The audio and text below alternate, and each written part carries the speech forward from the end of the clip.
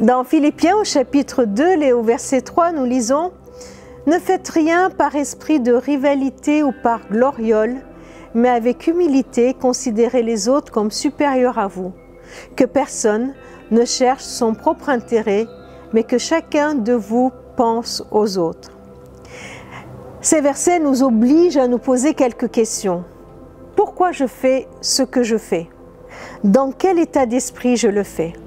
Je peux le faire par rivalité, c'est-à-dire je cherche à m'opposer aux autres ou à gagner sur l'autre. Je cherche par gloriole, c'est-à-dire que je cherche à briller.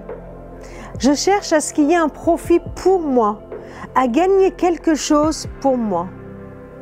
Une autre question, comment je considère les autres? Où je me place et où je les place? Et enfin, une troisième question importante, quel est mon objectif dans tout ça? Je cherche l'intérêt de qui dans cette histoire?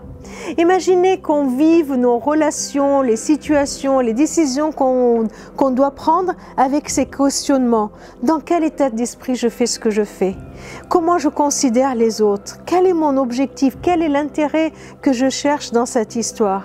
Ces questions sont importantes parce qu'elles peuvent révéler en nous certaines choses qu'on n'ose même pas nous avouer, en tout cas en ce qui me concerne.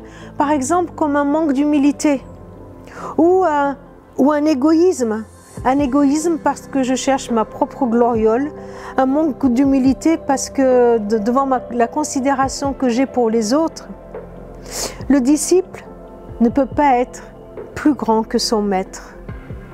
Le disciple ne peut pas être plus grand que son maître. Si je suis disciple de Jésus-Christ, je ne peux pas être plus grand que Jésus. Lui, il a servi. Lui, il n'a pas cherché son propre intérêt, mais a donné sa vie pour nous.